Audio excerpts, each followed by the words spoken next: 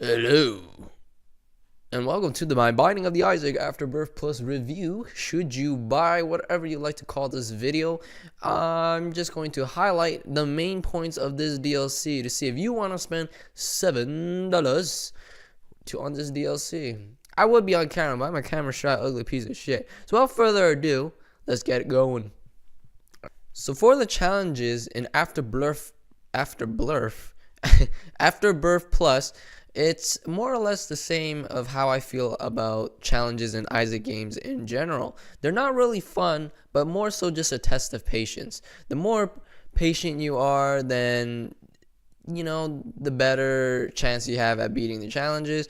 It goes the same for here. It's just your patience of resetting for a good build or resetting until you get like a good starting item, or simply just you have a certain trick that lets you sustain in the game for a very long time until you beat the challenge. So that might be a little bit of a spoilerino and pepperino, but this is how the challenges in Isaac go. And normally I only do them because I'm an achievement whore, so I want to get all the achievement, and that there are some good unlocks in the challenges, but that doesn't really hold for this DLC. So as you can see, this is one of the challenges that I'm going through. It may look normal, basement 1, but bloat as the first fucking boss. Are you fucking kidding me, Edmund? Who thought that was a good idea, putting bloat as the goddamn first boss in front? I'm not gonna spoil it, but yeah, fuck you, bloat.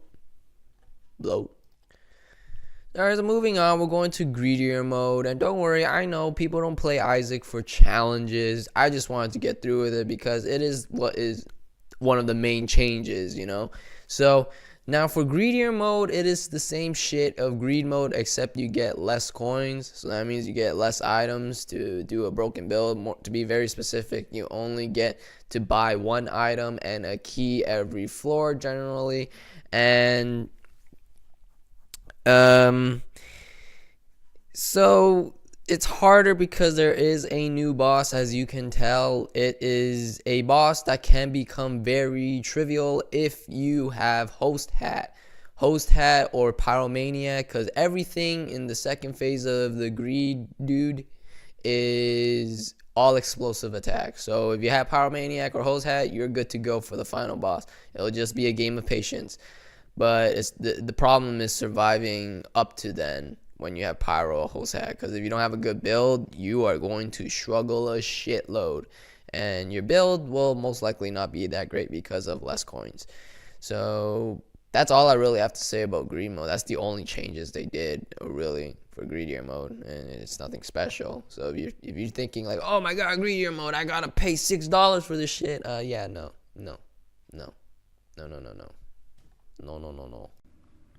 Alright, so we're at the part where everybody wants to know, how does Afterbirth Plus affect the main game?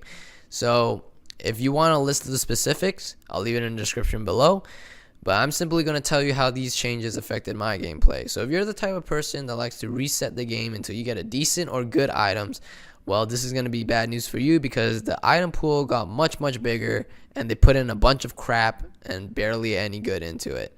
So it's going to be much harder for you to get like the good items now. But if you don't reset for that, then this completely does not affect you in any way whatsoever.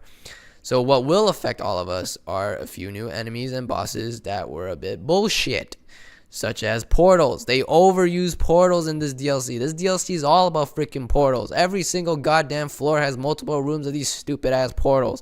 All they do is spawn extra enemies until they are killed. So yes, they can create, due to some room formations and stuff, they can be a really unfair scenarios. And I think there's a line that you need to draw between challenging and where it becomes a bit unfair. So Edmund actually nerfed it. They already updated it with the nerf, so the portals can only spawn 3 enemies at a time. So that made it a bit more manageable. It's still challenging, just not unfair anymore. So they also nerfed the percentage of stone fatties, which are basically things that comes in packs of 6 and 8. They chase you down. They cannot be killed unless all enemies in a room is killed. So they nerfed that, and they also nerfed this boss called Vis Sisters, which is basically bosses that you can meet in the caves floor, and they are double cages, literally double cages with crazy brimstone power, and it is the most unfair shit for someone who has base damage going into caves. It is literally not doable. Well, okay, it's doable if you're good enough, but I'm not good enough. But seriously, it's just unfair. It's really tedious. They're really tanky. Like, if you're doing it base damage, it's actually ridiculous. Like, no joke. So he nerfed that too. And other than that, after you beat Hush, you unlock a new floor called the Void, in which you are seeing the new boss being defeated called Delirium. But I have Wafer and Stopwatch. Keep that in mind, man. This boss fight made it much easier because of that. And if not, it is literally just boss rush, except on crack. And sometimes there are some unfair mechanics, like when he spawns the angel boss on you, it literally chases you down so fast you can't even outrun it, and you're for sure gonna take damage. It's pretty bullshit. But other than that, guys, that's generally all the changes there are in the game. Dead serious. Other than the items and transformation, that's it. These are the only changes that will generally affect your game every single playthrough, literally. And there's also victory laps in which you can just replay the same thing with your current build, which is fun for a while. But yeah, that's it, guys. So should you buy this DLC? Let me note first that this DLC opens up for modding. And modding, we know how amazing this community is when it comes to modding. Look at Afterbirth. That was a mod by a fan. So now, imagine the possibilities that can happen. We can have such crazy ass mods for Isaac, and the potential is infinite.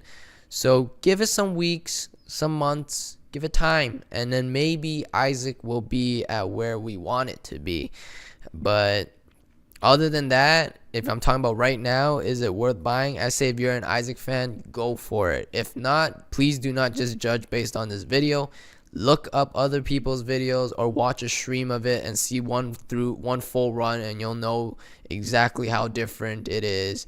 So just watch more footage of it and just decide for yourself. But always remember, if you can always try it out. If you don't like it, then you can always refund it.